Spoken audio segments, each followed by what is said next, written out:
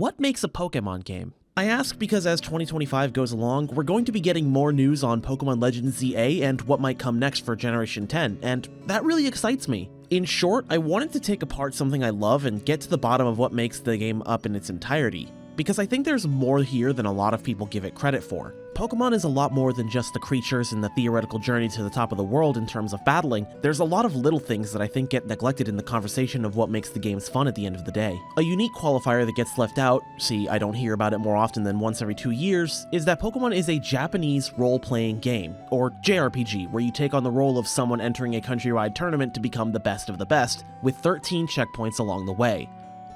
13 checkpoints. I'm not miscalculating. The 8 gyms, the Elite Four, and the Champion.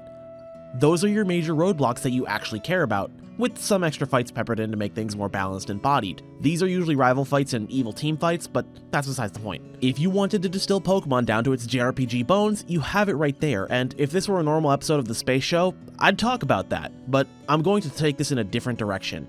I want numbers. And every type of these numbers videos makes for a great video to eat too. I see you there watching this inside of a McDonald's or at your desk. Go wash your dishes. No, see, the original idea was to just aggregate some data and get a general makeup of Pokemon games. Maybe make an average episode of the Space Show, half an hour long, you know the deal, but then something happened. I started seeing the data before me, and an idea started forming in my head. I couldn't just stop at trying to use my brain to analyze and figure out the spiritual meaning and makeup of a Pokemon game. No, I was seeing something. I was seeing patterns. I was seeing that which maybe nobody else has put together, unless they have, but I'm not going to go looking for examples because that's going to make me feel sad. You know what I'm going to do? I'm going to tell you. This is how I found.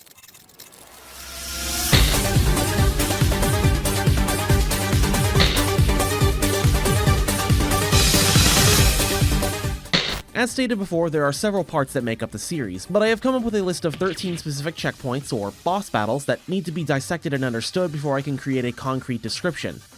Heads up, I'm not going to be talking about the elements such as creature design or story or things like that. I'm not going to talk about the legendaries, how the rivals play into this, or how the evil teams make up what you consider to be crucial checkpoints.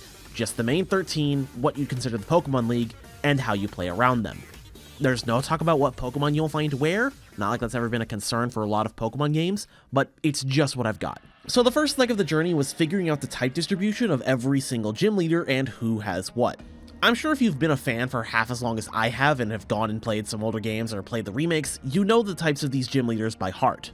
Whenever a new generation comes out, the ideas of the gyms may differ, but overlap is going to happen when your types are limited this much and you don't want to just go back and forth.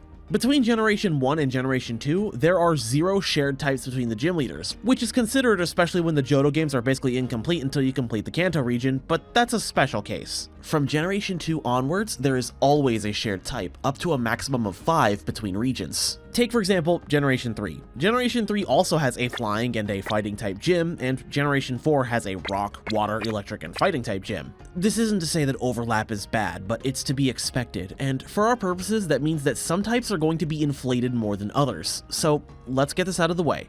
What's the most common type for a gym leader to have? Go ahead, type it in the comments. I'll wait. Did you guess water? Because it's water. Out of the 9 generations of Pokemon that we have, only 8 of them have a proper gym challenge.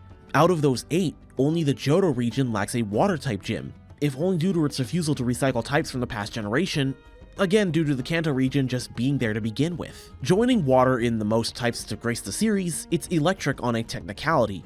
Due to the way that my spreadsheet is and the way my brain works, Black and White 2 are treated as separate games than Black and White 1, rather than just being expansions on them. I refuse to treat them as definitive versions of Black and White, and I think it's a disservice to those games to act like that, but I digress. Due to 5 gym leaders being the exact same people over both games, Bug, Electric, Ground, Flying, and Dragon all have one more representative than they probably should. But this is my video, and if you have a problem with my spreadsheet, yeah, you probably should. This was made at an afternoon while I was chugging gamer subs to replace the water I lost after fucking your mom, but regardless, this is what I have. At the top of the type chart, we have Water and Electric having 7 representatives each, followed by Grass and Ice at 6 gym leaders. Normal, Fighting, Bug, and Rock are next, with 5 gym leaders each. Fire, Flying, Psychic, Ghost, and Dragon all have 4 gym leaders, and ground is the only one with 3 people championing it. Next are Poison, Steel, and Fairy, only having 2 gym leaders to their name, and in last place is the final type to get a gym leader, Dark, with 1 person. Piers. Shoutouts to the single person I know that's a massive Piers stan. You know who you are. You're watching this right now. Going by what's most common, a standard Pokemon game is most likely to have a water, electric, grass, ice, normal, fighting, bug, and rock type gyms. This is a bit off the wall in terms of game balance, but the numbers don't lie. But that doesn't paint the full picture in terms of how the gym is constructed. There's also a matter of type coverage. Gym leaders and Elite Four members are characterized by their seeming mastery over one of the 18 types of Pokemon, but the thing about that is that Pokemon have multiple types. In a full team of 6, any trainer has access to 12 different types to cover multiple weaknesses or strengths, but type specialists maybe only have 2 or 3. So I had to look deeper into the team composition of every gym leader. For those who don't know, why are you watching this? But for the rest of you, let's have a refresher. Pokemon can have 2 types. My personal favorite Pokemon, Lilligant and Luxray, are monotype, but another of my favorites, Aegislash, is a Steel Ghost type. The order that those 2 are in are very important because the first type displayed on the left here is usually the primary type of the Pokemon, but a type specialist like an Elite Four, or in this case, Gym Leader, generally looks for the type to be there at all. In some cases, like for Raihan of Pokemon Sword and Shield, or Pokemon Diamond and Pearl with their lacking regional dex, the primary goal of the trainer might be based on move pool or secondary element like weather. When it comes to how I've notated team composition, all Pokemon on the definitive version of the trainer's team have been accounted for. If their Pokemon, primary or secondary, have the type in question, for the purposes of my chart, it's their main relevant type. In easier terms, if Aegislash is on a gym leader's team, and that gym leader is a ghost specialist, I will categorize their team as having a Steel auxiliary type in conjunction to the ghost specialty. Did that make sense? No? Well, here's what my chart says. The most common type in a gym leader's team across the board, not counting their main type, which should be a given, is Flying type. Overwhelmingly, gym leaders have flying types on their team somehow, with 15 instances of flying types somewhere in the gym leader's Pokemon. This makes sense when you consider grass-type gym leaders could have Tropius, water-type gym leaders could have Pelipper or Wingull, and normal-type gym leaders exist. What I'm gleaning is that while the main type of the gym leader is very important, it's just as notable to account for what other types they bring to the table. Not just in move pool, despite that being a very important thing and isn't accounted for in this chart, because even just going over the gym leaders is a lot and could potentially be its own video, but I'm not in the market for spreading out content, now am I? The second most common type to bring in conjunction with the main type is actually Ground, followed by Poison at 14 and 13 representative Pokemon throughout the entire series up to this point. I think this is interesting. Ground type seems very common, but look at the gym leaders who have them. The rock type gym leaders in Brock, Roxanne, and Rourke kind of come with the territory. All of them have Geodude on their team. The only reason Grant doesn't have ground types on his team is because his gym battle is more dedicated to the fossil Pokemon specifically rather than rock Pokemon. Forget the fact that all fossil Pokemon are rock types by default, but still. Though all of this begs the question, which gym leader has the most type coverage on their team? It's Winona. Emerald Winona has the most types out of any gym leader on her team, with an astounding 6 including her main type. Spread across 5 Pokemon, she's got Normal, Grass, Water, Steel, and Dragon all at her disposal. In Black and White 2, she even adds Dark to her team, giving her an astounding 7-type team. The reason this is astounding is because a lot of gym leaders, again, only have 2 or 3 types at their command. The least they can have is 1, which is a trait that not many gym leaders share. On screen are every gym leader that only uses 1 type on their team, and if I've done my due diligence, it's not a whole lot. A fair bit of type coverage comes down to some generations not having enough types to go around and leaving their main type to their moves. Sabrina actually has the first instance of this, with her Venomoth being Bug Poison but having a Psychic type move, so it's got that on her team. But that's enough about the gym leaders. There's something just as important to the series as the gym leaders, and that's the final boss rush that leads into the end game. Part Intermission. Subscribe. If you're enjoying what you've seen so far, I'd really appreciate it if y'all would hit that subscribe button down below. If you're not sure, just look and see. I'm sure you don't want to miss the next episode of The Space Show when it hits your subscription feed. Or your homepage. I have no idea where these videos end up or how y'all find me. The point is, I want to hit that sweet 3,000 subscribers by June if at all possible, and maybe a little more. If you guys really like the content, I also have memberships open on my channel where you can support me directly for $2 a month to get access to members-only videos like commentary on my older content or even some cuts of videos without shit like this, or sponsorless cuts if I ever get those things. Super thanks are also a thing you can do if that's more of your bag. If you want more time and resource-heavy videos just like this one, becoming a member or doing a super thanks would really help me out so I don't have to be reliant entirely on my full-time job. Last thing, I promise. If y'all actually made it this far and aren't skipping the intermission, I don't judge. Throw Panda Express Beijing beef somewhere in the comments section. Hey, if you get fried rice and chow mein, you already know my Panda Express order. Alright, enough of what the kids call yapping. Back to the video. I'll be honest, nothing here is going to shock you as much as the gym leader type distribution did me. Elite Four are also type specialists, but are allowed to be a bit more brutal in their execution. As of Generation 9 in Scarlet and Violet, we still lack some types in the Elite Four, but I think that's a bit more justifiable. Normal, Grass, and Fairy don't have members of this final gauntlet, but I'd like to think that that's okay. Coming as a shock to no one is the affinity that Game Freak has of making dragon trainers extremely strong, which I can't even fault them for doing. Of the 4 times that a dragon-type gym leader has been in the games, they've either been the second to last or last gym leader in the lineup. If a dragon-type member is part of the Elite Four, they're usually pinned as the last one you fight, which usually means that you're pretty beaten up by that point. Dragons aren't the most common types of Pokemon, and their weaknesses are pretty few up until Generation 6, so I think that it makes sense that the dragon-type Elite Four are the most common type of Elite Four out there. But my chart counts the Elite Four as having 3 first-place winners, so what are they? Sharing the number 1 spot, surprisingly enough, are Ghost and Fighting, sharing 4 representatives of that type each. Bruno counts twice due to the Elite Four and Johto having Bruno as well as the Kanto Elite Four. One of the things you generally just intuit out of the gate is that the Elite Four generally don't share a type with the region of origin. And I hate to say that in a bit of a Weasley way because of Generation 2.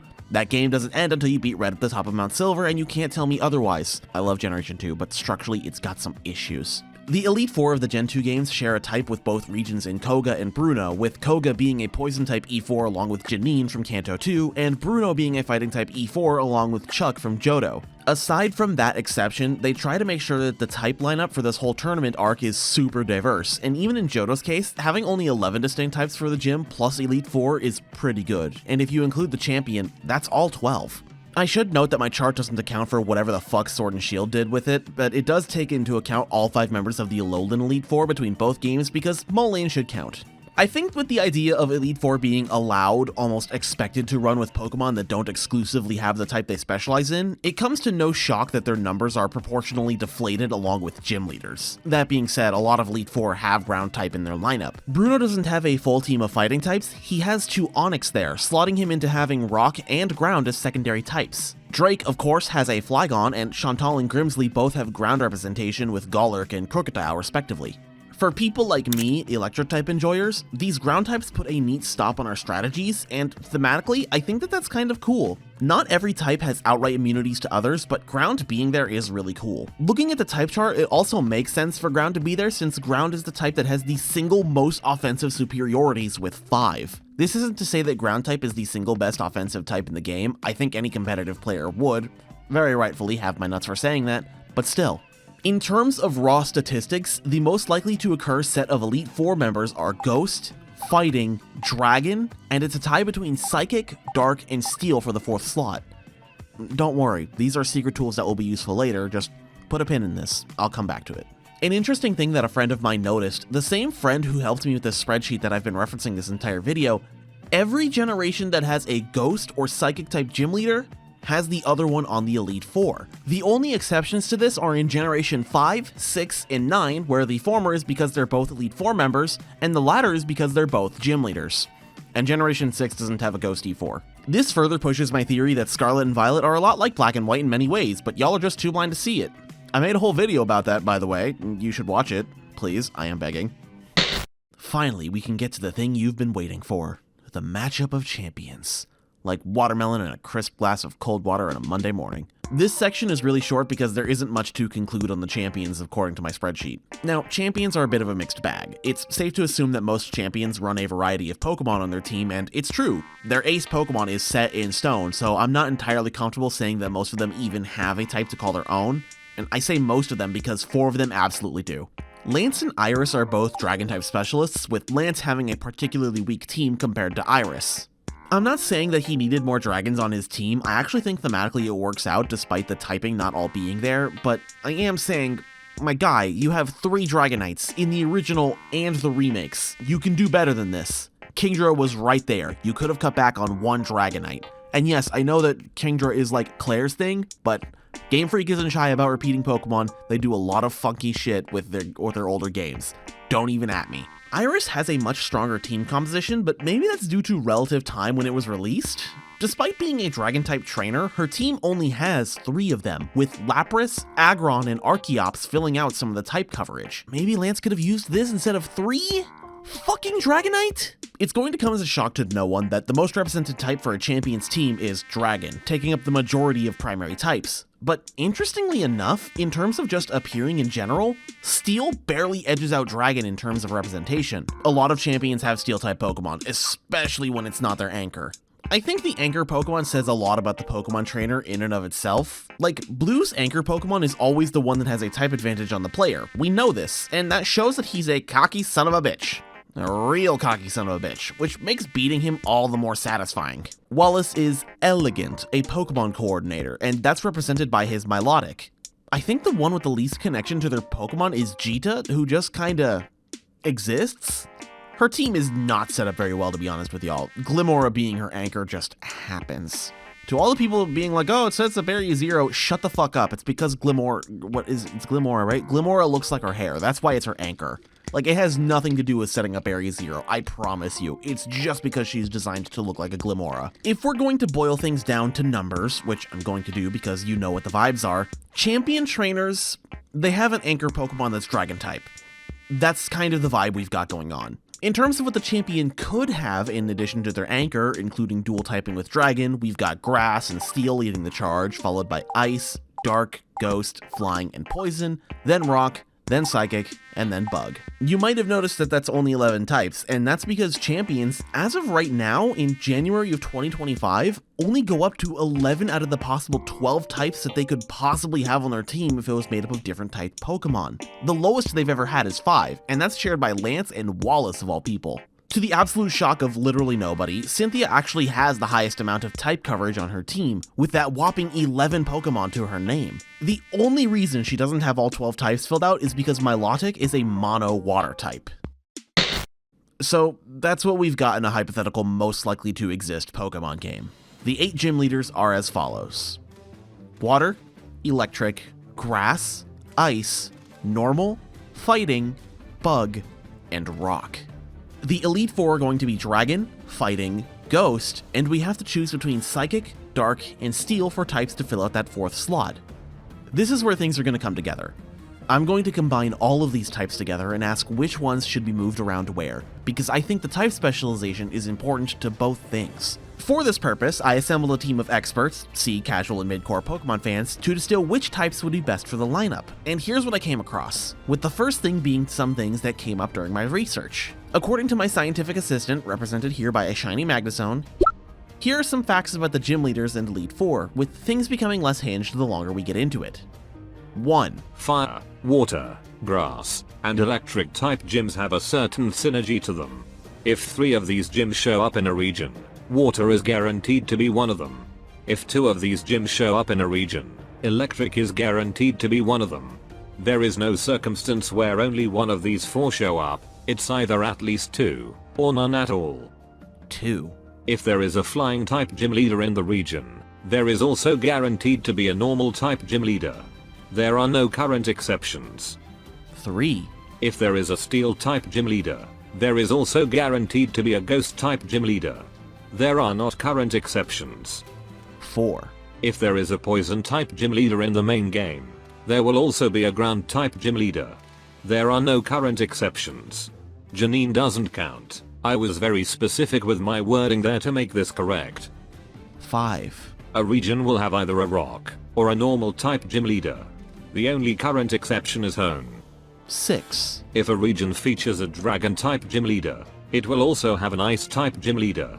The only current exception is Unova in black and white 2 specifically. 7. If a region has a bug type gym, it will also have a normal type gym. The only current exception is Carlos. 8. The region will have a psychic or a ghost type gym leader, with the other becoming an Elite 4 member. The only current exceptions are Unova, with both being Elite 4, and Paldia, with both being gym leaders. 9. If a region has an electric type gym, it will also have a rock type gym. The only current exceptions are Runover and Paldeer. 10. A region will have a poison, or a fighting type gym leader. The only current exceptions are Runover in Black and White, Galar and Shield, and Paldeer. 11. A region that has a fairy type gym will always also have a grass type gym. Holy shit, ain't that something? Thanks, assistant, here's a chicken sandwich. I asked my experts 3 questions. Well, technically 4, but still. After giving them the data based on the gym leaders and the Elite Four, they had to answer the following. First, of the pool of types between the gym leaders and Elite Four, would you change any of them to be quote-unquote less boring? The reason I asked this is because the statistical average, to me, Sonata, and only Sonata, felt like it was missing something. Second, regarding the Elite Four pool, which of Psychic, Dark, and Steel should take the 4th slot? Since they all could be there, this was just asking personal preference of the surveyed. Third, if you were to design a Pokemon game, how would you sort the types listed between the gym leaders and the Elite Four? Not necessarily raw statistic likelihood this time, but just what would you place and where? I received a lot of answers to these questions, and I'd like to go over them before coming to the rational conclusion that I'm sure someone is typing right now for even having these questions, so let's get into it. Some of the answers to the first question are a bit hard to decipher because I love my panel of experts, but man do they not like being concise or make things easy to read. My panel of experts will not be referred to by name, both for anonymity's sake and for flavor, but will be referred to by their favorite Pokemon since they all happen to be different. According to Expert Altaria, the group of types feels very beginner-friendly, which great for new players, lil stale for long-term fans. I'd swap out Normal and Grass for a late-game Flying Gym, and Fairy makes things interesting if timed right. With Dragon, Fighting, and Ghost, I'd put in Steel as the 4th. Psychic and Dark lump just closely enough to some of the other types' weaknesses to make me uninterested. Steel makes the variety you have to approach with comfortable wide. In progression order, using all 13 types listed, Normal, Water, Psychic, Rock, Fighting, Grass, Ice, Dark, and the Elite Four are Bug, Electric, Dragon, Steel. Now, this is exactly what I wanted the answers to be when I asked these questions. I, personally, felt the lineup of gyms was lacking in a certain spice to it. The second question was generally just about the personal preference of the person I was poking with presumptions and another P word that keeps the alliteration intact. P. Assistant Magnazone had this to say. Yes, replace Rock with Psychic. My yearning heart says Steel, but my knowing mind says Dark. Dark is almost always reserved for E4 matchups. And my previous suggestion places Psychic into the gym lineup, so that's the most average choice. I honestly want to see a Grass or Electric type E4. With how prominent they are in the franchise, I'm surprised there's never been one. I think I would make the E4 Ice, Bug, Electric, and Water, with the gyms being Grass, Normal, Fighting, Dark, Rock, Dragon, Ghost, and Steel. Due to the nature of my questions, some people misinterpreted them and kind of just did their own thing. Hydreigon pointed out something about the synergy of Water, Electric, and Grass. The lack of Fire, which seems to be synergistic with the other 3, is something to be discussed. I think this comes from the original 4 Pokemon games, which do happen to feature all 4 types as gyms and yet also have all 4 types represented as Boxmons. Red, green, blue, and yellow, you know the vibes. That all being said, Observation 1 doesn't lie. Assistant Magnazone sees all. This leads to probably the most important response I got. From Expert Miss Drevis. When asked these questions and what they would change about the data, they said nothing. No. I'm doing this all wrong. I've been doing this all wrong. My words, not theirs. The fact that I wanted to inject any personal bias is a failing on my part to chart accurate data that comes from the games themselves. This video isn't about the opinions of some fuck that likes Panda Express, it's about the raw data of the games themselves, and for that reason I have to make assumptions about what goes on in these games purely based on the data that is provided to me. For this reason, the only thing in my dataset that's left out to personal, heavily biased interpretation is the champion fight. Even then, I'm going to have to go with the raw data that was provided to me looking at their teams, including the ones who specialize. In that vein, I'm also going to take a look at the data a lot of my experts have given me. The only person who got back to me at time of writing that included fighting as an Elite Four was Expert Whimsicott, who in the question I posed punched in Ice, Fighting, Steel, and Dark as their chosen Elite Four types. I think what's going to make my data less accurate but increase consistency is change how many times fighting appears in the Elite Four list. Sorry Bruno, you edge out fighting by 1 slot. This makes second place a 4-way tie, which means that going by the data, I can make some decisions. And since fighting is already a guaranteed type to be in the gym rotation, repeated traders be damned, I think it's safe to exclude fighting from the Elite Four altogether. Before anyone mentions the 5 shared trainers from Generation 5 that skew my gym data, I think they're safe to count due to the skewed order of fighting and team composition. Also, I think they're billed as genuine sequel games rather than copping out with a shared trainer like in Gen 2. I think we can forgive things a bit. It's not like my data is skewed that much if I did this. Since fighting has been removed from the Elite Four, Dark and Steel are going to take its place and 4th place, rounding it out. Dark, including my rule on additional types, comes in at a whopping 9 times being represented and Steel at a nice 7 times. This is where we're at. Our gyms are as follows: Water, Electric, Grass, Ice, Normal, Fighting, Bug, and Rock. Our Elite Four are Dark, Steel, Ghost, and Dragon. Using only statistics provided by the Pokemon games themselves, this is the makeup of the most statistically likely Pokemon region, and this is what we're working with.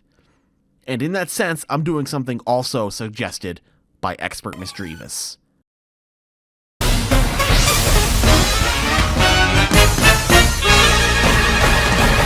Me and my team of experts are going to be building teams for all 13 major fights in the series. 8 gym battles, 4 Elite Four, and 1 champion. I'm going to be following the same rules that my team is getting, so don't worry there. I'm personally taking on the role of the champion here, so there's that to worry about. I think the final fight should be the most interesting, and I think that I have big shoes to fill in this regard. Here are the rules. 1. Full national dex is allowed. Every single Pokemon, and I do mean every single Pokemon, is on the table. Regional forms, Ultra Beasts, Paradoxes, Legends, Mythicals, all of them are here. The caveat is that Ultra Beasts, Paradoxes, Legends, and Mythicals are all at heavy discouragement from me. If one of my experts hands me a team with one of these guys on there, I'm gonna ask them to reconsider at the very least. There's a detail in Pokemon Origins where Brock in this first gym battle has 50 Pokeballs to choose from, kind of insinuating that gym leaders can do so much more but intentionally choose not to if they see what you've got and it's lacking. Scarlet and Violet, through Katie, also imply that gym leaders, even the easy ones, can very much kick your ass if you let them. But considering where their town of origin is, they might have to limit themselves and yet also filter out some contestants through their own skill. I don't think my team of experts has to worry about that, but I am going to ask them to do a few things with this. So, 2. Experts will need to build several teams in order to account for possible simulated location to starting areas. For example, I will have my expert handling the water team make 3 teams, one with 3 Pokemon, 4, and 5. They do not all need to be the same, but I'd like a through line. Elite Four teams must have 4 or 5 Pokemon. The expert is allowed to make a decision on what? 3. The level ranges are 20 to 25 for the 3-Mon team, 30 to 35 for the 4-Mon team, and 40 to 50 for the 5-Mon team. The anchor cannot be more than 3 levels higher than the lowest level member on the team. 4. All moves that the Pokemon could possibly learn by their level ranges are allowed. This includes TMs and egg moves. 5. All hold items are allowed. 6. Experts are not permitted to have a full team of 6 Pokemon on their teams. Even if they are double battles, they will only have a maximum of 5 Pokemon, which means that yes, a gym can be a double battle. 7. All gimmicks from Generation 6 onward are allowed. 8. The anchor must have a hold item, but only the anchor. 9. Their anchor must either be naturally the type associated with the gym, or be able to achieve the type through a gimmick such as Mega Evolution or Terastallization. The last rule doesn't apply to me technically, since champions are majority non-specialists and can cover a lot of different angles, and also are allowed to have all 6 Pokemon, but at the very least, I'm going to hold myself to requiring the usage of one of the main gimmicks in order to make ends meet. That all being said, I'm going to offer a personalized order with the knowledge that you might go through these in a totally different way. So the thing about this is that I have to have an order of the gyms to talk about. I can't just do it all at the same time. Oh wait, I can! Okay, no, I'm not going to do that. I do have to decide in order, and I also have to justify some things. As for the Elite Four, it's going to be the same thing, but in this case, how I do them in a Gen 5, 6, and 7 game. You dig? One of the reasons that gyms start at 3 Pokemon with levels ranging from 20 to 25 is because a lot of second gym leaders are at the range of 17 to 23 for their Pokemon. Johto is notoriously low level for its main game, which is why the post-game exists and why Johto as a region feels incredibly unfinished. The point of this level range is to simulate a second gym. The first gym is classically just a nothing burger, unevolved Pokemon with simple movesets meant to not necessarily challenge the player, but just to stand in their way and can be moved past very easily. Does that make sense? For this reason, we're going to be doing things in this order, right here. Bug, water, fighting, normal, rock, ice, grass, and electric. All of my experts have provided me notes about their team selection, a mixture of what they went for, their theme, their strategies, all of that. For the gym leaders, I gave them the advice to maybe break the opponent's finger, not their entire arm, if that tracks at all. My normal type gym leader had to be told to take bulk up off of his fucking Eviolite Vigoroth. Foreshadowing is a literary device in which with all of that said, let's open the game! Ah, the humble joys of data analysis and spreadsheets. Thousands of cells in size.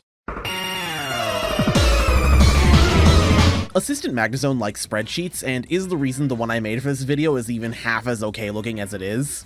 That being said, they didn't do things the way that I've written other sections, but that's alright, I can work with this. They wrote 3 pages of material trying to justify, probably only to themselves, why they put things here. In their words, Bug type is not especially powerful in its rawest form, so this set of Pokemon is primarily focused on being incredibly annoying, using status effects and type counters, along with infestation. This will counteract the generally below average. Wait a minute, hold on, are those graphs? Did you really bring graphs to this autistic rant about statistic likelihood? Don't make me do this. I will not make you put graphs in the video. Thank you. Jesus Christ. Venonat, later Venomoth, is described as a spicy little dude. He is one of the infestation users, but has status moves to back things up, so when he eventually dies, at least he'll leave the opponent in a slightly worse place than when they started. A Dwebble rocking Sturdy will become more apparent as to why he's useful in the V2 and V3 fights. That being said, his bark is a little more than his bite, and I can talk about him more a little bit later. The real meat is just a little man, a little guy. One who's been by my side assumedly most of the time I've been talking on screen, it's Joltik! With a binding band, he's here to make sure you're locked down and ready to take punishment. Or be hit in the eyes. This little guy is like 4 inches tall and is probably my second or third favorite electric type. I love Joltik so much, guys. In this first fight, he's rocking Infestation, Electro Ball, Thunder Wave, and String Shot. Just an adorable guy to make your life suck. For the first time in the current amount of battles that people have gotten back to me with is a trainer doubling up on Pokemon, but doing a wildly different thing. Venonat has become Venomoth with the same strategy as before, and we still have the Joltik anchor that switched out Thunder Wave for Signal Beam, but we have added a second Dwebble running Shell Armor. The sturdy Dwebble has become a Crustle, changing its moveset to have Stealth Rock to really make you want to rip your hair out. Now, the Shell Armor Dwebble is here to make you have a bad day. She's here to hurt you. She might not come until after Venomoth, but that gives her time to set up hard-hitting abilities, and we fear. Rock Slide and Sand Attack are what are there to lock the opponent down, and for that, Shell Armor Dwebble gets a very slight fear from me.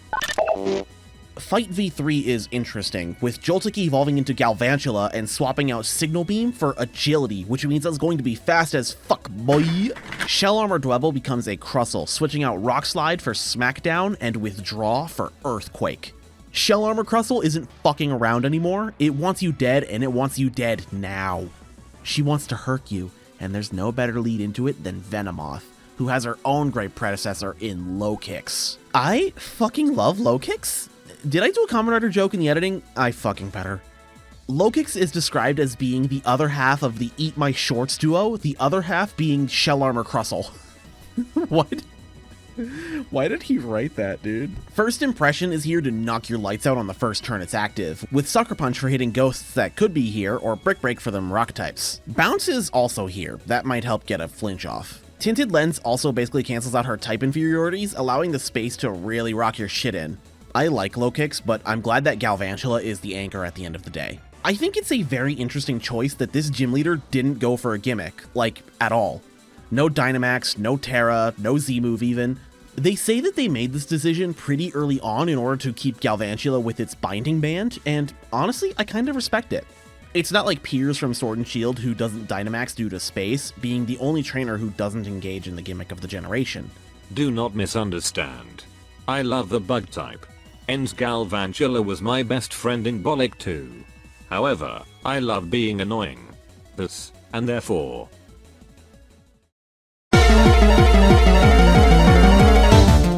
So one of my rules was that the Pokemon had to be legal, but then I remembered that these Pokemon aren't competitively viable and that Game Freak kind of likes to do their own thing with their important fights for the sake of a good time. In that sense, the Water-type gym leader decided to have every single Pokemon on their team have Brine, which actually seriously handicaps them because they choose to have Brine in there as opposed to, you know, a better move. Consider also, Brine isn't a TM in Scarlet and Violet, and we're just hand-waving things around. The only person I didn't let use this rule is actually Expert Druddigon because I lay awake in fear for what they're doing to their team. This is also to emulate something that gym leader teams like to do, which is have their Pokemon use their TM move on almost all of their team. My first thought without looking anything up was actually one of my most recent runs of Pokemon White version where I used only a Grass-type Pokemon, and against Berg, that was intense due to Infestation, which was his given TM.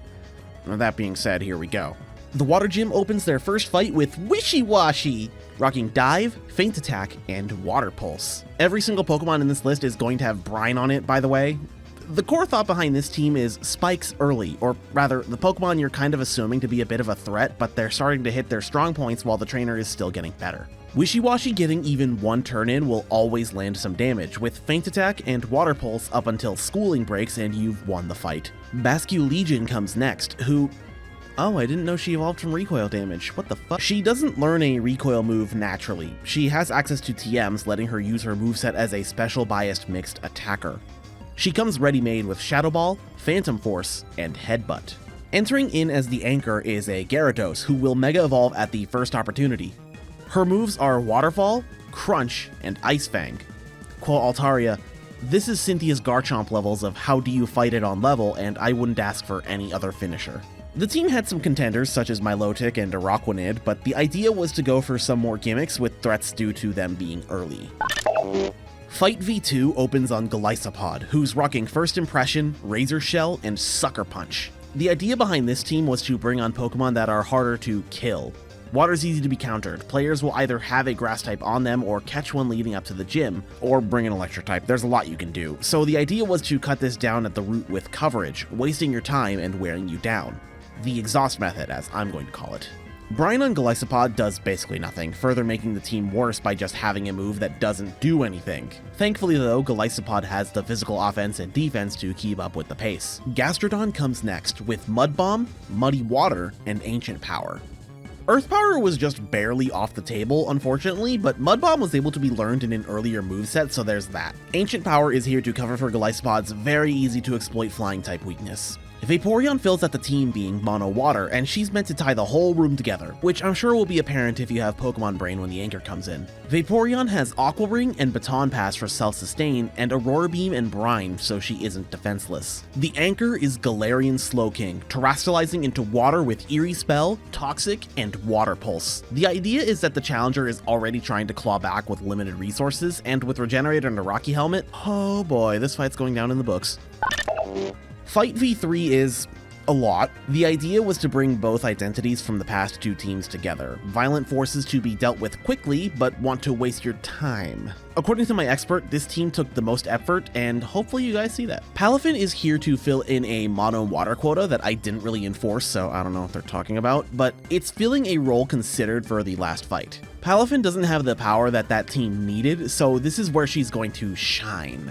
Aquatail and Acrobatics are just strong, and Flip Turn allows her to survive. It's a hit and run strategy that creates a great opening. Toxapex is a concept that my expert really likes, but couldn't execute properly. This is their way of making amends, with Regenerator and Recover to keep her being as obnoxious as possible with Baneful Bunker. She's kind of Palafin's enabler, and honestly Palafin needs the help. I was going to make a joke here about enablers and whatever, but I think I lost the sauce. Lantern is here to counter the very obvious electric weakness. She can't Baton Pass like Vaporeon could, but she helps shut out special attackers while helping out the team in her own special way. Lapras is probably the defense Pokemon of the team, pairing with Ice type and her stats to make her last as long as possible. With breeding in mind, Freeze Dry comes in as a replacement for the seemingly obvious Ice Beam, with Muddy Water and Ancient Power to emulate the power that Gastrodon brought to the table in the last fight. Kabutops is straight up Altaria's favorite water type, rocking Flip Turn, Rock Slide, and Leech Life while holding an Expert Belt. Kabutops is meant to finish the job, and if she switches in early, Flip Turn lets her escape quickly.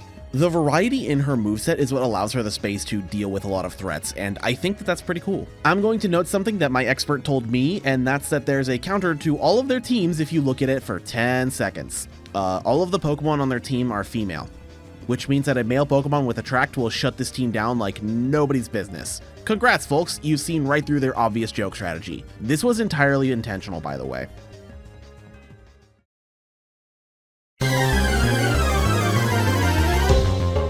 More than any other type, the fighting type is definitely very much about brute force. But for the first early gym fight, I wanted to showcase that in a way that showed you could still be creative about it. Machop is the only Pokemon on the team that doesn't have a secondary type, but has the ability No Guard, which makes it so all attacks made by it and against it will always hit. With Thunder and Bullet Punch for coverage, Knock Off to get rid of held items, and Brick Break for stab, this Machop is going to do its job and do it well. Scraggy comes in next, rocking Protect, Drain Punch, Facade, and Headbutt. Intimidate is just always good, and Drain Punch will help keep it alive. Headbutt and Facade are there just to deal good damage, but we'll come back to this later. And lastly, Sneasel is acting as Anchor, but it's normal Sneasel. I could have gone with Hisuian Sneasel, but this way we can terrestrialize into Fighting type to give it stab on nearly all of its attacks. Brick Break, Icicle Spear, and Throat Chop are all extremely threatening, and Metal Claw provides good coverage as well, and can even proc a speed boost. Of course, with a Choice Band, it's gonna hit hard and fast, but can be predicted and worked around after it makes its initial decision. Perfect for an early gym ace. The middle gym version of this team keeps the Pokemon mostly the same, but upgrades their toolkits. Machop and Sneasel have both evolved, and Machop has subbed out Brick Break for the devastating close combat, and Knock Off for Facade, in case you want to try and status him. Scraggy hasn't upgraded too much, still rocking that Protect and Drain Punch strategy, but is now rocking Dragon Dance, while also picking up the knockoff that Machoke dropped. If this thing can pick up a Dragon Dance boost, even his lesser stats are going to start looking threatening. Moving back to Weavile, it subbed out Metal Claw for Ice Shard and Icicle Spear for Triple Axle, giving it a priority move and a much more threatening multi-hit move. It will still Terra into Fighting type, but it will notably not be the Anchor anymore. That honor now falls to the addition of Power Herb Halucha. And that is because Power Herb's Sky Attack on a Pokemon with Unburden and Acrobatics is fucking hilarious. This dude gets to open up on a 140 base power Stab Sky Attack, then pivot into 110 base power Stab Acrobatics. And its speed doubles after that Sky Attack. God forbid this thing gets off a Swords Dance or heals with Roost. This Pokemon does one thing, but does it so well it'll most likely take someone with it. The final late game gym fight adds Kumo-O to the lineup, who, with the power this team already has, almost feels a bit superfluous. Halucha is still technically the team's anchor, but Kumo-O almost acts as a sort of co-anchor, threatening with Clanging Scales, Clangorous Soul, and the powerful Aura Sphere. Meanwhile, everyone else is now at full power. Machamp is now fully evolved and packing Power-Up Punch to pair with Close Combat. And little Scraggy has now evolved into Scrafty, with much better stats to back up its stall strategies, along with the always threatening Intimidate. Nobody else really changes, but they didn't really need to. And if you thought this was all scary, I forgot Sonata limited me to only having items on anchors, so he sadly vetoed Flame Orb Machamp on this team. As the team levels up and gets stronger, the role of anchor changes or sometimes feels shared, but nobody ever quite falls behind. Even slow little Scraggy gets a swing with the big boys by the end. And no matter how they all go about it, every single Pokemon here is more than capable of the core job of the fighting type: beating your ass.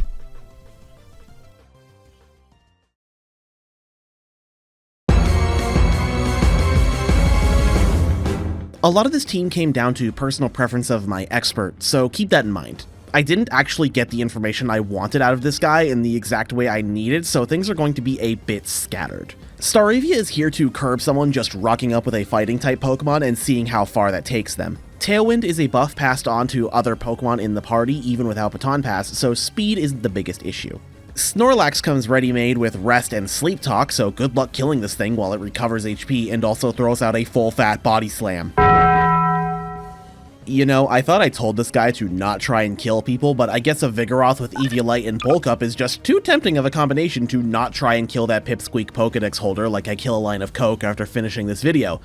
Don't take me seriously. The V2 fight is mostly the same, but Vigoroth has moved from the starter and, per my rules, passes off his Eviolite. Everything is mostly the same until you get to the newest anchor in Ursaring, holding an Eviolite and running Facade, Crunch, Play Rough, and Trailblaze. Trailblaze helps it gain the speed it needs in order to really tear some ass. The thing is that the expert kind of built his team with the eventual refight in mind. You know that thing that Pokemon games do where they let you take on an ultra powerful version of their boss fight, assumedly when they're at or approaching their full power and whatnot? You know the vibes.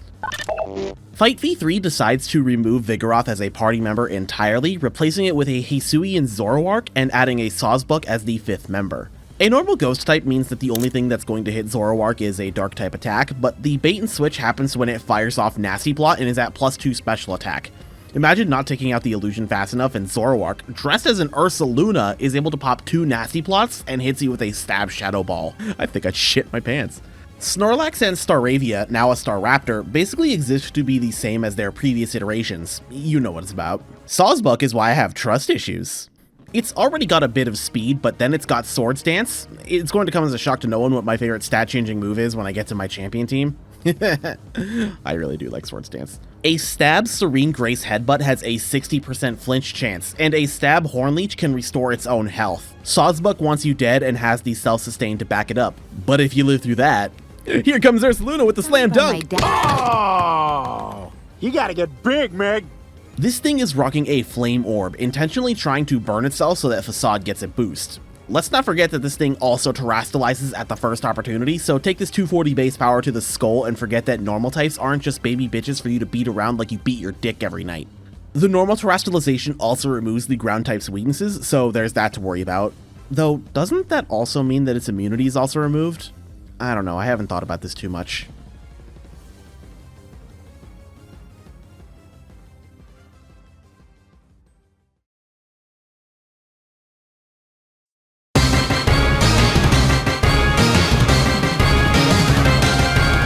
So unlike every other gym leader so far, I've been given an actual character and a slight backstory to this team, so I'd like to share that with you guys. I didn't get a name or anything, so just use your imagination. Rock types are generally considered rugged and dirty, and many rock type gym leaders embody that, if not in themselves, then in their Pokemon. Roxanne stands out in this regard, being, you know, in school and all, but she's still a researcher of sorts and seems to have that nature of always being clean, but never being afraid to get dirty, if that makes sense. Her Pokemon being Geodude and Nosepass really sell this rugged aspect to her.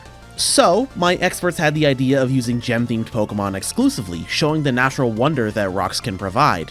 For this, every single Pokemon that can learn Rock Polish on this team has it. You know, for flavor. Another thing I think is really interesting in the lineup is how Pokemon shift around from battle to battle. New Pokemon get added at the front of the team, allowing the anchor to stay the anchor the entire time. That's not new for any teams before or since this part of the video, but I think that's kind of neat how that's what I noticed very quickly. The first fight has Boldore rocking Rock Polish, Smackdown, Stomping Tantrum, and Iron Defense. Smackdown helps take care of flying types brought to the team, with Rock Polish making Boldore speedy, which he absolutely needs. Desperately. I don't think Stomping Tantrum is going to take maximum effect because it's going to take 4 turns for it to get to that power boost, but I still think it's respectable in its own way, especially at level. Carbink isn't especially powerful, more here for flavor than anything else, but I love that they're here. The notes that I got were more for the V3 version of the fight, so I'll talk more about it there. The anchor in all 3 fights is Sableye, running that Rock Terra type and carrying a hard stone. Just like me, for real. They're here due to the literal gemstones in their eyes. Sableye comes in with Shadow Sneak, Fake Out, Thunder Wave, and Dig. Again, more on them in the V3 fight, so we can move on.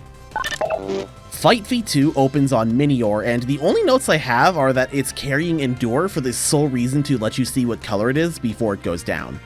Imagine this thing being able to get a few rollouts out before going down. That would be insane. Boldore is next, swapping out Smackdown for Rock Slide. Carbink really starts to be a menace to society like your punk rock older brother from the 90s. Dazzling Gleam after a Rock Polish to come out first, or a Magnet Rise to cancel out the opponent deciding to hit them with Earthquakes at every chance they get. Sableye is here once again, but swapping out Shadow Sneak and Fake Out for Dazzling Gleam and Knock Off. I think it's funny that Sableye would just knock the item out of your hands. Imagine if you were holding a Shiny Rock too. Fight V3 comes in, adding Glimora as the opener, running Rock Polish, Spiky Shield, Energy Ball, and Mortal Spin. I think Mortal Spin is great for setting up poison, and deleting entry hazards like Stealth Rock or Poison Spikes is great for such an early Pokemon. Minior is here again, switching out Defense Curl and Rollout for Acrobatics and Power Gem. Acrobatics is great due to Minior not having a hold item, and also the only flying type move this flying type Pokemon can learn. Fun! Boldore has become Gigalith, changing Rock Slide for Stone Edge and Iron Defense for Body Press. I'm not going to explain why Body Press is good on Gigalith. Sableye drops Knock Off and Dig for Power Gem and Nasty Plot. Okay, now think about this. Sableye has the Prankster ability too, so Thunder Wave and Nasty Plot gain priority, which means that this thing is paralyzing you, firing off a special attack boost, and then coming at you with a tight boosted Power Gem because this thing has been terastallizing at the first opportunity it gets. I think my experts had fun crafting this guy.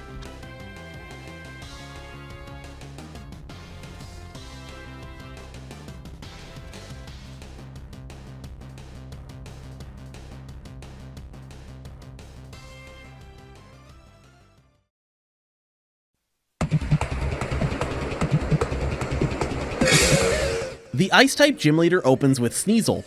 Quote Hydreigon, Sneasel is trying to kill you. With the moves Icicle Crash, Bite, Low Sweep, and Aerial Ace, this Sneasel is going for flinches. He's here for a good time, not a long time. Low Sweep has coverage for Steel, Rock, or other Pokemon that can outspeed the rest of the team. Aerial Ace covers dealing with fighting types that you could bring to the match. He comes rocking Inner Focus too, preventing getting flinched. Amaura comes next, packing Ice Beam, Ancient Power, Thunderbolt, and Aurora Veil. With the ability Snow Warning, a Snowstorm immediately activates, with this rule set doubling defense for ice types in snow. She's here to play support for Magnemite, Aurora Veil getting dual screens, but also getting to benefit from the survivability boost. Unfortunately, she's got a 4x weakness to fighting, so she might not survive the whole way.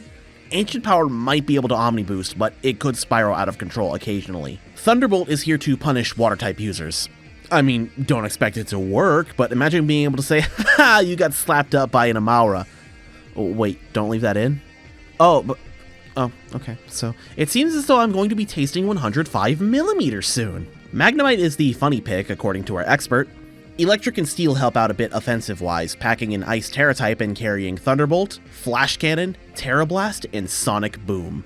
They're also packing Sturdy, so they're staying alive if they can help it. Hopefully Aurora Veil helps it live longer, and the snow being left over from Amaura's Snow Warning should help it out. Sonic Boom is there in case the opponent busts out a ground type. According to Hydreigon, level 25 is around at the point where Sonic Boom kind of falls off, but 20 static damage is pretty helpful if Magnemite is getting slammed. Magnemite is also holding an Eviolite, upgrading its defense and special defense. Celio gets added, and Amaura leaves the part in exchange for an Alolan Ninetales in the second version of this fight. Sneasel evolves as well. Celio enters with Ice Beam, Surf, Sleep Talk, and Rest. I think the Rest into Sleep Talk speaks for itself, same for Thick Fat being its ability. My expert says it would be really funny if the battle ended at Celio and Weavile. This isn't a doubles pick though. Weavile is once again here for murder. Good time, not long time, you know the vibes. Pressure ability is intense for this version of the fight too, and he's rocking Triple Axle, Low Sweep, Aerial Ace, and Swords Dance. If this thing lives long enough to get a Swords Dance off and then outspeed the opponent, GG, get fucked. To keep quoting Hydreigon, Triple Axle is also a funny move because what if we gave an Ice-type move the average power and accuracy of Stone Edge? The thought of Alolan Ninetales taking place of Amaura really only came about because Amaura sucks and can't become Aurorus by level 35, which is the cutoff for the second version of the fight. She comes, however, with Blizzard, Moonblast, Extrasensory, and Aurora Veil. Aurora Veil is still here, so you can still support Magneton, which it comes out still holding an Eviolite. Signal Beam takes the place of Sonic Boom, but it's going to get an even greater move in the third version of this fight. Otherwise, nothing has changed too much. Still packing that Sturdy though. Amaura is now a whopping level 45 Aurorus, now packing Blizzard, Ancient Power, Thunderbolt, and Aurora Veil. Same concept as Amalra, but Blizzard being on her and Walrein in the snow? Oh man, this is where the fun begins. Walrein comes in with Blizzard, Surf, Sleep Talk, and Rest. This one speaks for itself, I'm sorry. Weavile is mostly the same, but it changed Swords Dance for Hone Claws. It's possible that the change from +2 attack to a +1/+1 to attack and accuracy isn't necessarily as good for Triple Axle, but Weavile is here to kill. Landing those hits is a bit more important than anything else. We're going to skip straight to the anchor in Magnezone, rocking an Assault Vest and Body Press. Considering Magnezone is a fat fuck and Body Press uses defense as its calculation, possibly under Snow Warning with that Terra Ice type, Magnezone is going to take out someone really quickly if you don't take it out first. Consider this, even if you wall this thing out, Body Press is going to break through. Go ahead, send in Blissey. Magnezone can be trusted. He is friendly. He smiles. And then I do the thing that I did earlier when I gave Magnezone a chicken sandwich.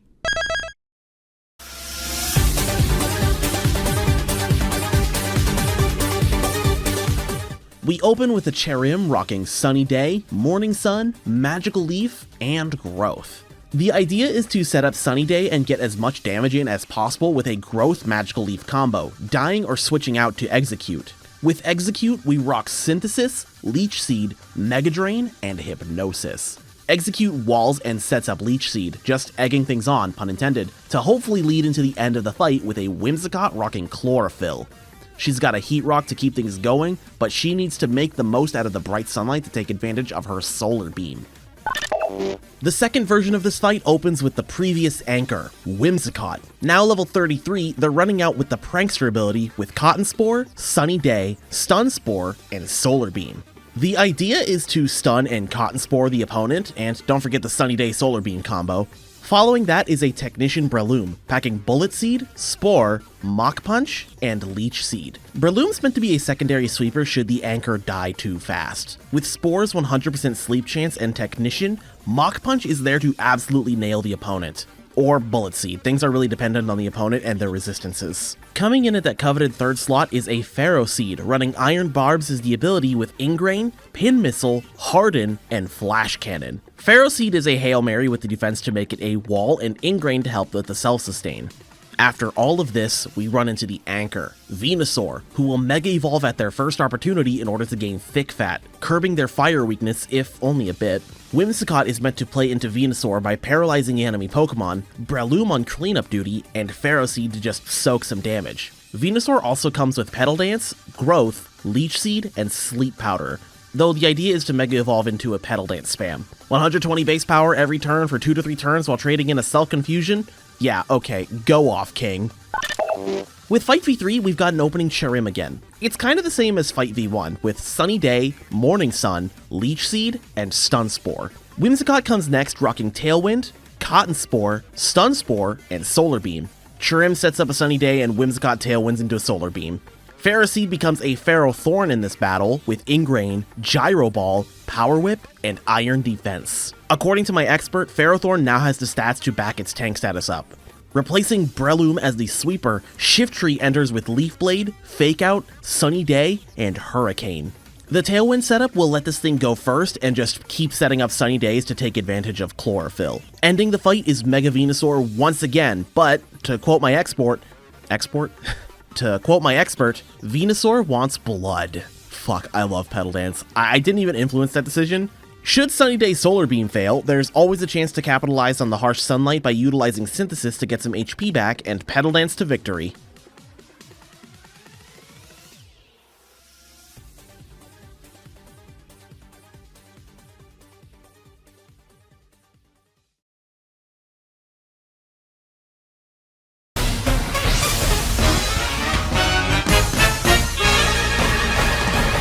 So part of the reason Electric is last isn't because I wanted to emulate my favorite region, because a little bit of lore for you, I really don't like Sinnoh that much, and that could be its own thing.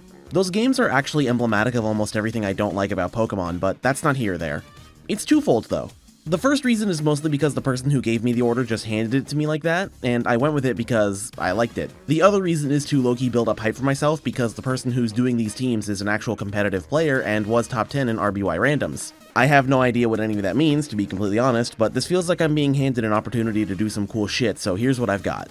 For Fight V1, we're running out the gate with Chin Chow, rocking Bubble Beam, Icy Wind, Thunder Wave, and Confuse Ray. Followed by Imalga with Nuzzle, Roost, Thundershock, and Quick Attack. Ending the run is a Heliolisk holding a big root. It's got Parabolic Charge, Round, Quick Attack, and Bulldoze. Normally I have more to talk about, but to be completely honest, my expert had the right idea when I sent them my rules without even having to hear my justifications. A few of my experts understood, which isn't to say that the people I had to explain it to were dumb or that I didn't appreciate their input, I just had a thing I was going for. To quote Drudagon for this, these are just some dudes. They all have spice to them in that they have a TM move each, but due to my level limits, there isn't anything high concept going on here. Specifically, they talked about the early gym concept, which is what I was going for.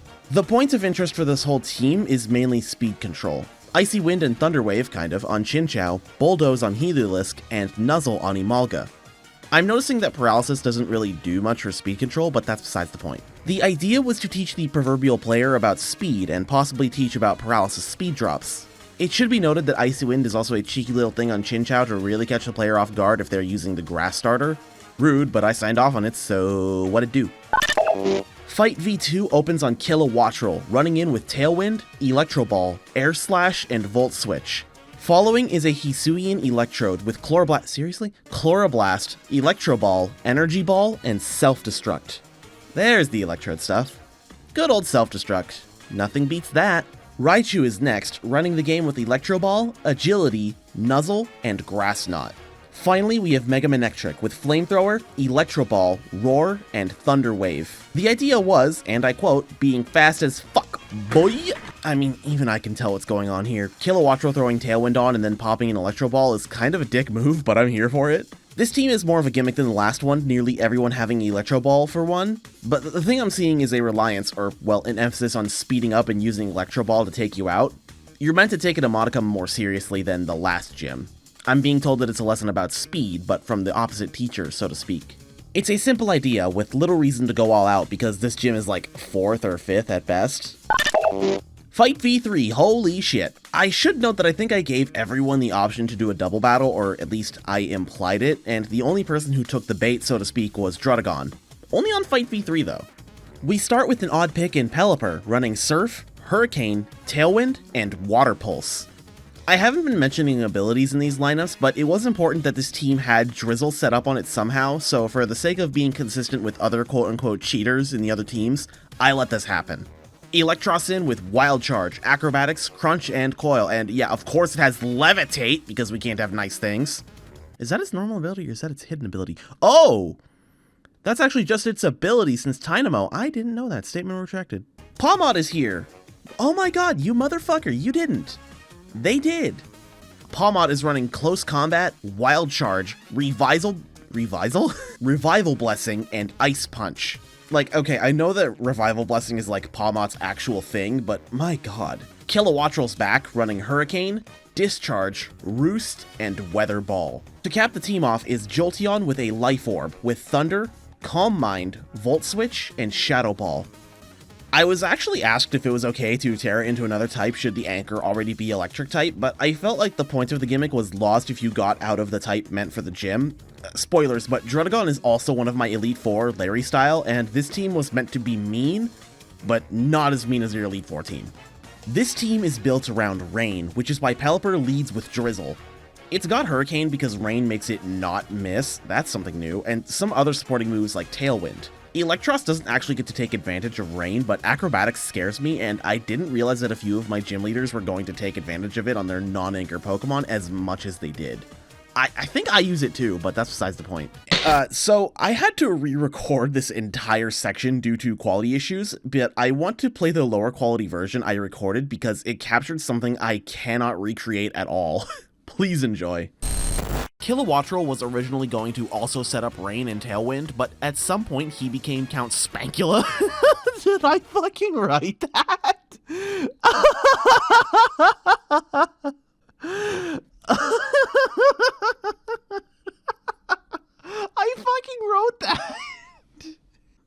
Quattro... Fuck, dude, I just keep seeing it. It's not even capitalized. Hurricane doesn't miss. Discharge makes an excellent pair with Jolteon or Palmont if they're out, and Weather Ball is 100 base power and water type in the rain. Jesus Christ.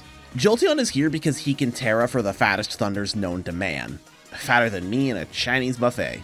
I mean, consider that the Life Orb boosted always accurate thunders already didn't hurt. Let's just have him Terra at the first opportunity and also give a Calm Mind boost to take the edge off. Shadow Ball is also here to deal with ground types. My gym leader tells me that they were kind of stalled by not being given access to legendaries or really good rain abusers, or electric terrain for that matter, but like, they knocked it out of the park.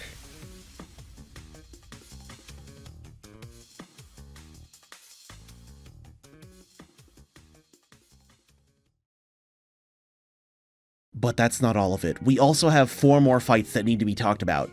An Elite Four of trainers, so to speak. I'll see myself out. Thankfully, there's not nearly as much as I have to say since these fights only have one version. I also have an order that we're going to talk about them, but taking less from how Scarlet and Violet did things.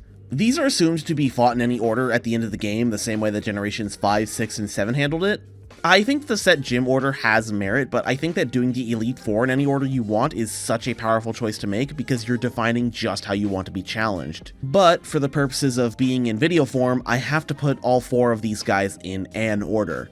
This is the order: Steel, Dragon, Dark, Ghost. Coming back are 3 experts and a hidden 4th one that is taking on exclusively an Elite Four. Let's do this shit.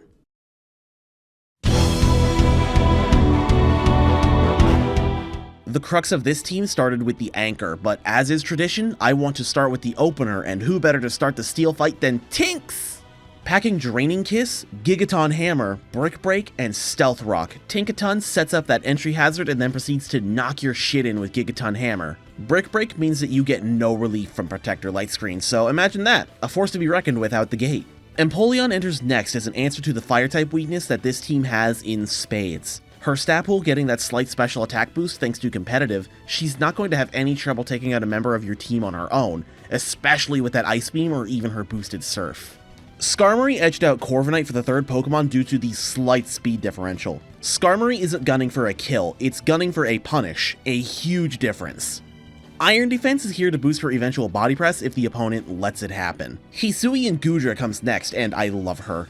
Her move pool allows her to cover some angles in terms of type coverage, and Gooey just makes her opponents go slower and slower whenever they make contact. Earthquake is there for the dig counter, Flamethrower to proc burns, and Sludge Bomb for that sweet, sweet poison proc. Anchoring the fight is Mega Scizor, with Technician to power up her weaker moves and Trailblaze to boost her speed. Consider that Dual Wing Beat hits twice, which means that it's basically hitting a 120 base power move with Stab, and is more likely to come out first due to a Trailblaze that's most certainly gone off by this point. Bug Bite also eats that berry that you might be holding, and Hard Press would just be great as an opener with the type boost. I have also received the information that Hard Press also gets that sweet sweet Technician boost even after the first turn, which makes it more threatening than I previously thought.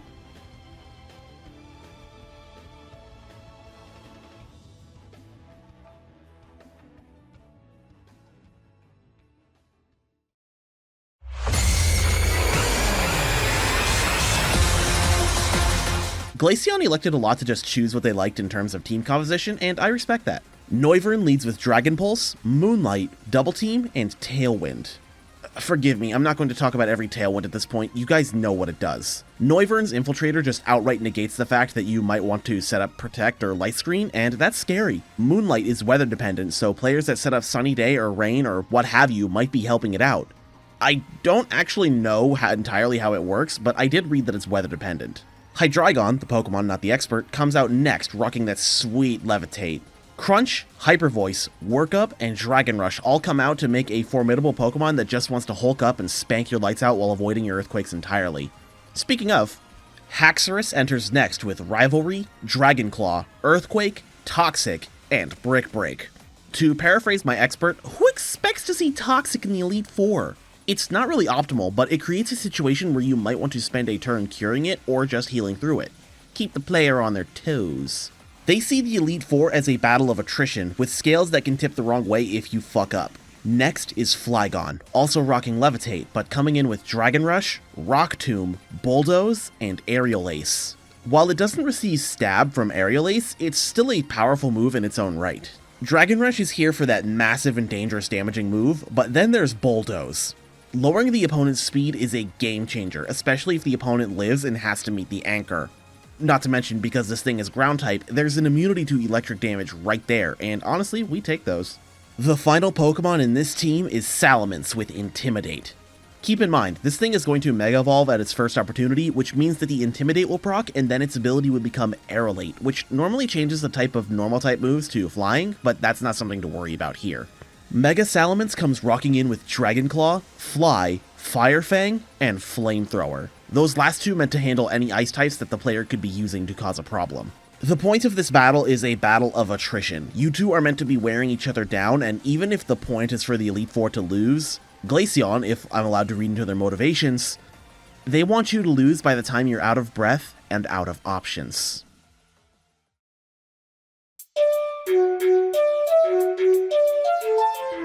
Hey there, I'm K13, your favorite Mind Virus VTuber. First and foremost, I gotta thank Sonata for allowing me to use the space show to propagate myself to many new hosts. You've witnessed me now, so consider yourself infected. Anyway, I've been asked to talk about the team I put together for the third Elite Four member in this theoretical region, so that's what I'm gonna do. So, since there was never an Elite Four member that has a double battle, I was asked to make this a singles team. I made a team that I think is pretty mean, but you're at the last challenge of the game, so suck it up, I guess. Without further ado, though, here we go. So before I get started with the Pokemon by Pokemon breakdown, I'm just gonna talk about the team in general a little bit. Like, this team is just good Pokemon. Like, 2 of the 3 Dark-type Pokemon that are in National Dex OU are here, and the only reason the third one isn't is because it's Mega Tyranitar, and I didn't want Tyranitar to be the anchor of this team. The team is just kind of designed to hit the player really hard and be a bit of a nuisance otherwise, with some tools that at least try to keep the player from totally cheesing it out via like switching or like boosting and stuff like that. From here on out though, let's just go by the Pokemon by Pokemon, and I guess you'll see what I'm talking about. So, first and foremost, let's talk about the intended lead for this team, which is Hisuian Samurott. He's designed to be a general physical menace with the goal of spamming Ceaseless Edge to get 3 layers of spikes. After that, it's just Razor Shell is just good damage with Sharpness plus Stab, and Bulldoze is intended to get speed drops to force switches even if Samurott is taken down. You could probably swap this for Drill Run for more consistent damage option, but it's supposed to be like an in-game team, so I figured let's try and have a little fun and mess with the player a little bit. Flip Turn just lets him leave and maybe cause some more havoc another day. After all, he still does hit hard. It's nothing crazy high concept, it's pretty standard for singles, but you know, it's kind of, but you know, can't mess with what works. So, from here on out, the Pokemon aren't really in much of an order other than one that I'll get to when we get there. So, let's talk about Greninja. Greninja is a sneaky cheat who could change his typing using Protein so that he doesn't technically need to be Dark-type, which is admittedly not huge for defensive purposes since it's a Greninja, but you know, it's funny. More importantly though, he's just a special attacker who has Stab on the first move that he clicks when he comes in. Nothing crazy conceptually, just a really effective Mon that has always kind of just been pretty good. And it also has the bonus of being able to hit Fairy and Fighting types for super effective damage, which is really nice when the rest of your team is a Dark type. Next up is Grimmsnarl, and anyone who has ever faced a Grimmsnarl in any competitive format at all probably knows why Grimmsnarl is here. It's to be annoying. Dual screens on a guy that hits pretty hard is always going to be pretty funny and annoying, but being able to screen before you get hit pretty much guaranteed, very, very nice. He is also, alongside Greninja, our ticket to super effective damage against fighting types, since he's half fairy, meaning he also gets Stab on Spirit Break, which is just kind of nice. Spirit Break also helps you mess with special attackers who might be trying to come in, since Spirit Break automatically drops special attack. Kind of a nice bonus, not really the intended purpose though. Either way, Grimmsnarl's not a super crazy technical Pokemon, but goddamn is it effective. Next up, we've got Hydreigon, who is like the opposite of a meathead. He works out at the library, Is that something? He's a special attacker. That is to say, don't get hit by him, don't let him nasty plot if you're the theoretical player here, because it's going to hurt. The Earth Power choice is to hit electric types that would threaten Samurott and Greninja, but alternatively we could have picked Flash Cannon just to hit the fairy types that threaten Hydreigon itself, but it's not going to do well against a fairy anyway. And most things aren't going to want to face tank a Draco Meteor or honestly anything off of a boosted Hydreigon. So, you know, if you were doing this, pick your poison, I guess. Both choices are fine, in my opinion. Either way, this guy hits hard, and that's pretty much all he does. And finally, we reached the anchor of the team, King Gambit. King Gambit is supposed to be last, and I would arguably say have him programmed to always be the last Pokemon, because I opted for Supreme Overlord over Defiant for his ability, and this is for two reasons. First off, it's just cooler. In a campaign setting, most people will see this almost automatically, and the pressure really kicks in when you realize what Supreme Overlord actually does. And second off, it's just because it's guaranteed to go off unless for some reason they were to like switch out and put King Gambit first. But I can't guarantee Defiant going off since a lot of players don't use status moves in the campaigns, and I understand that completely. He's supposed to be a bulky attacker, so I gave him some solid stab options on top of Substitute to hide behind if he's given the chance, and Leftovers would help him recover the health he used for Substitute, or any damage he takes really. Brick Break is slotted in, and because realistically King Gambit is pretty limited in move choices outside of his stab options, but some alternatives I would have considered are Sucker Punch, Swords Dance, and Poison Jab. Sucker Punch and Swords Dance are pretty obvious. Poison Jab is honestly, I don't know, I don't think it does anything, it's just funny. Ultimately, this is a pretty simple team that's intended to test the player's ability to handle heavy damage coming in with the support to make it harder to clear dangers out. This Elite Four member isn't a lesson, it's the practical exam. Anyway, thanks again to Sonata for allowing me to propagate myself here. And if you want to further indulge yourself in the mind virus that is me, you can find me on Twitch, where I'm trying my best to get back to streaming at least semi-regularly, and also on Blue Sky, which I'm just like really active, and I'm just always posting about like what I'm up to or just generally shitposting. Anyway, thanks for listening to me yap. Thanks to Sonata again for having me on. It was a lot of fun making this team and getting to talk about it. And hopefully I will see you guys around elsewhere. Anyway, laters.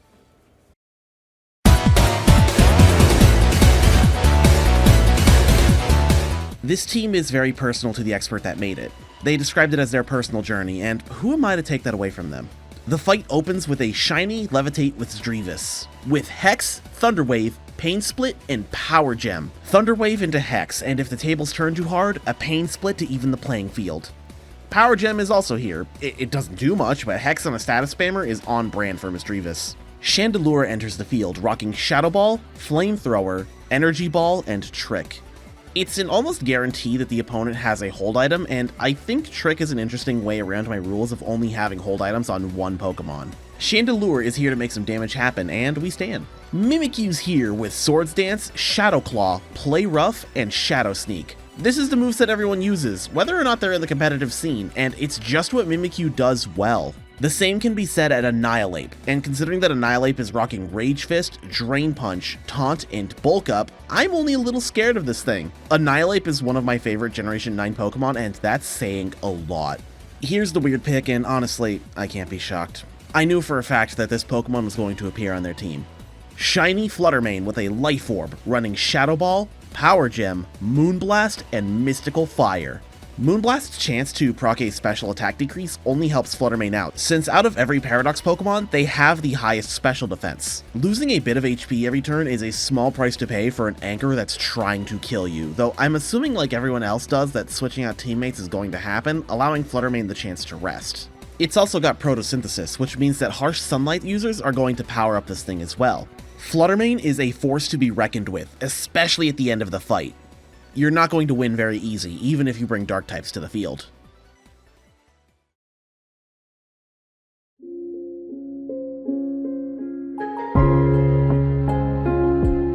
I think with everything that's been said, the most solid version of this hypothetical Pokemon game is here.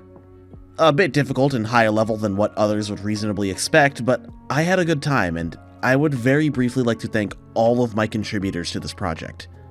Even just the people that answered some questions for me, I cannot begin to imagine that this video would be half as good as it has been without your valuable input. This has been one of the most intense videos I've ever made, far surpassing all of my other ones in terms of raw content, and I'd like to go out with a bang.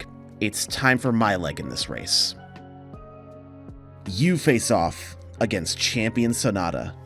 I'm gonna be real, I wrote this team down with my anchor first because I knew I had to stick to some guidelines.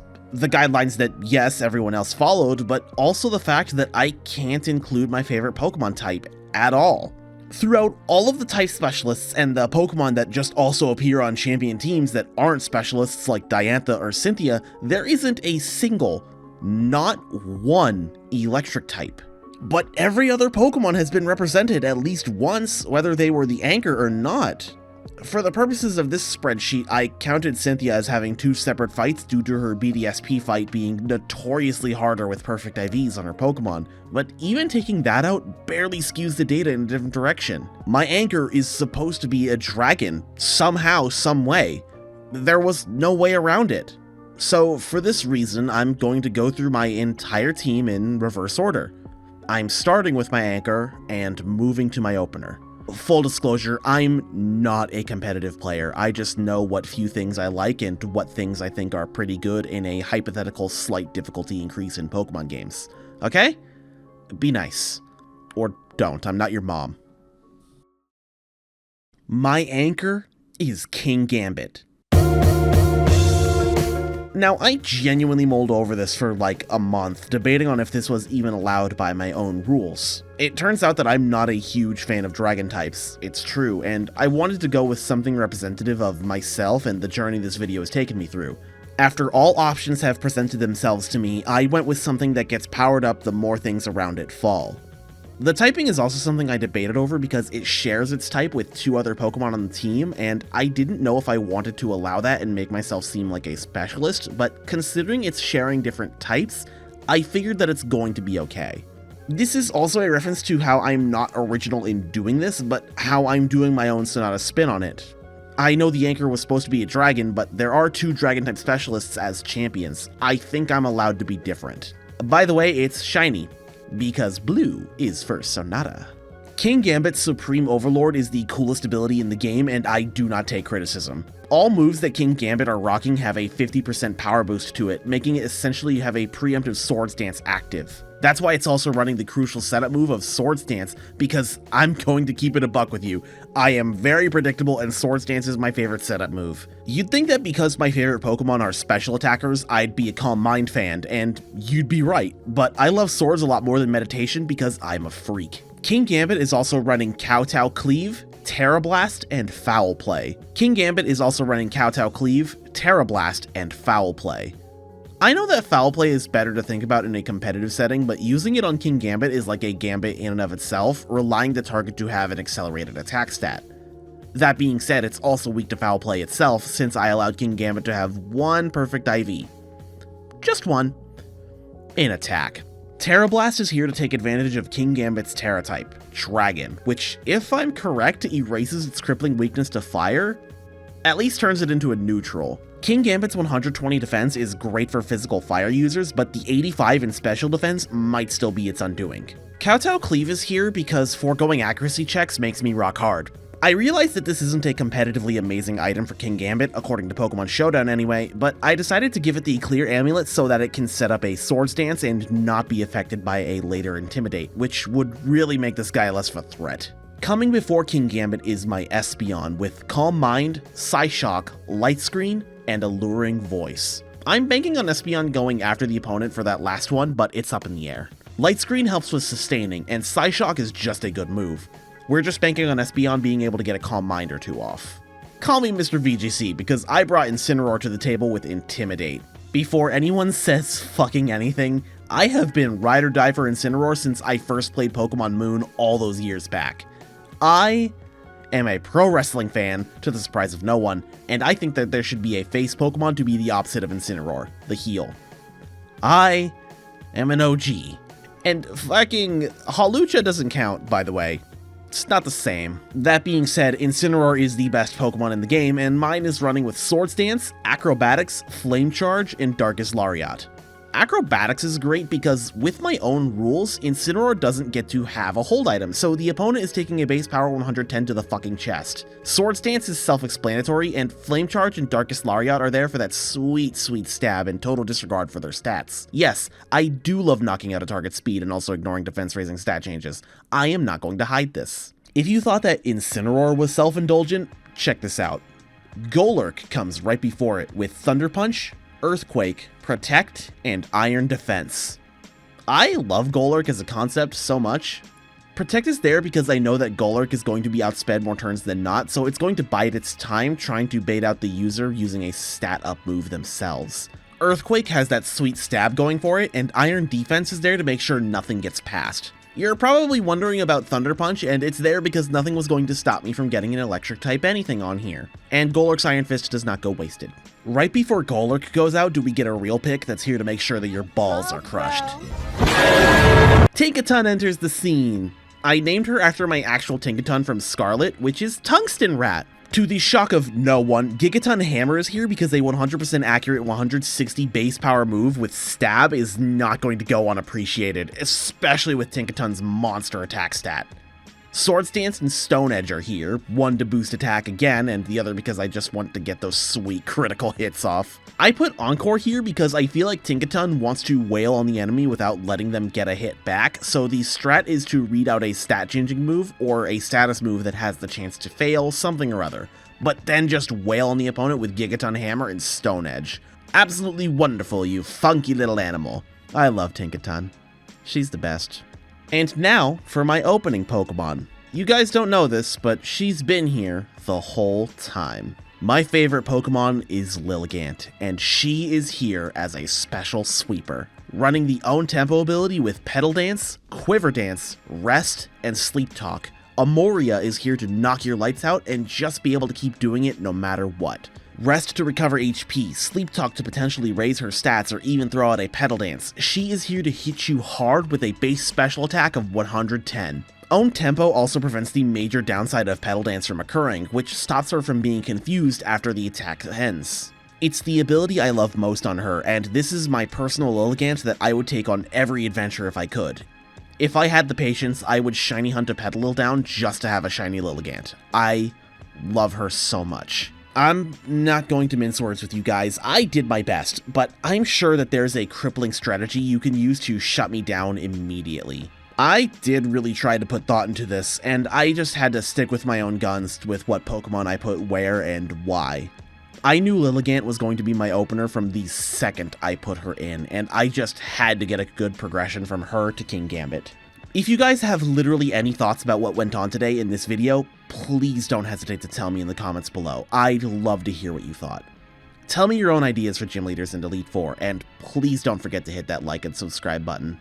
I'm trying to hit 3,000 by June and possibly 5,000 by the end of the year. I know we can do it.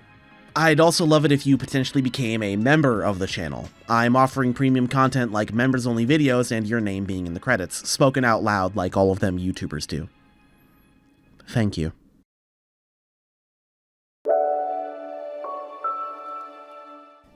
I'm pretty sure you guys can absolutely tell, but this video has taken a lot out of me. None of it would be possible if it weren't for the people who stuck with me the entire way, offered their help by answering my loaded-ass questions, checking in on me and making sure I don't have a mental breakdown and all that. I felt, and hell, still do, feel a lot of pressure to perform. I didn't want to sully all my experts' friends' hard work when it came to making this video the best I could possibly make it. It took me a lot of energy to make sure this video lived up to their expectations. I say that as if any of them said it was important to them that I just become the very best that no one ever was. They all believe in me, and they all knew that whatever I made was going to be great. They were very supportive from the beginning, and I had to calm down and just be the same Sonata that they all love. Hell, Expert Altaria literally told me that the amount of seriousness they were taking it was wrapping around to be comical, and that I didn't need to worry so much. So what's the point of this video? Well, I was inspired by O Creations making his own videos on fixing the Kalos rivals, and a little bit by this one Pokemon Coliseum speedrunner wanting to make videos that you can eat to. In fact, this video is only meant to be like half an hour long, like my other videos, but I'm looking at damn near feature length for the first time in a long time. Especially when it's filled with just content. Like, goddamn, no summary, no nothing. This video has had the most research and typing put into it out of any video I've ever done, and hell, even edited. I actually used to edit for a bigger anime YouTuber, and I did this Star Wars video for him. It really sucks that he turned out to be an NFT grifter and thinks that NFTs are the way forward for artists. Like, yeah, bucko, sure, I don't commission my friend Shay damn near every time their commission's open because they draw JPEGs of a monkey that you don't actually own. Fuck off. I just want to go over some more direct inspirations for this video to pad out the length, but also just to talk about what went into this video. In a roundabout way, I've always liked it when people talk about the weird nitty-gritty details of things that may or may not matter. So things like ADEF's videos about the economy in Pokemon games is absolutely fascinating. Tom Scott's video on the anatomy and the perfect Asduf movie joke also majorly painted how I wanted to make jokes in this video, but I don't think that comes across, but it's in the back of my mind. Robin of Robin and Zephyr, who was a major consultant for this video, his details detailing the math of SMT3 and SMT5 also made me really want to sit down and do something like this for my own. One experience I had was literally on the drive home from one of my jobs, and I was listening to his video and I was like, damn, I want to do this too. Joe Cat's video on Pokemon design, literal creature design, played a large part in what I wanted to do here, and I think I just like most of his videos, to be honest. I think I take more from Joe Crap than I think I do, which is bad. But I hope that comes in the jokes and not the serious analysis of the things that I'm talking about. The last thing on my mind is Wolfie VGC, who just won European Nationals, World Champ Difference, goddammit. I think watching his videos helped me in their own way, but I can't pinpoint a why or a how. Maybe that's why I make the Incineroar joke, but I did also have friends poke fun at me for using that stupid wrestler cat, who is one of my favorite Pokemon ever. That's not a joke, I love him. I'm sure there's some people who aren't sitting around during the credits or this afterward that are wondering why I didn't bother trying to make the most statistically likely evil team or rival or find the most statistically likely to exist legendary Pokemon. I think you're going to understand that I already put in an insane amount of work just for this video alone. I couldn't ask my experts for help, more help, or even a different person entirely just to help me with a bit part of the video that would have taken more time than necessary. I'm not a monster. I have limits to how much I can stretch myself and my friends. Which is why I did all of that. I did the research. I figured out the team composition of the most likely to exist rival across every single fight they've ever had in every game. I figured out the most likely to exist legendary Pokemon based on every single legendary, mythical, Ultra Beast Paradox, every kind of special that Pokemon has given us. I've researched every single villainous organization that Pokemon has had, and I put it in my spreadsheet, and Jesus Christ, there's a lot here. But I did it. This topic of the most statistically likely Pokemon region? It's not over. Next time on the Space Show, we're going to take a very deep look into the other half of the most statistically likely to exist Pokemon region. We're going to fill out the parts that I missed here today, the other kinds of checkpoints that exist, and turn Pokemon from a JRPG with 12 checkpoints and a final boss to a proper JRPG with so many bosses to shake a stick at you're wondering how I could possibly have missed a thing. I will never see the end of this, will I? With all of that said, my name is Sonata. Thank you for watching.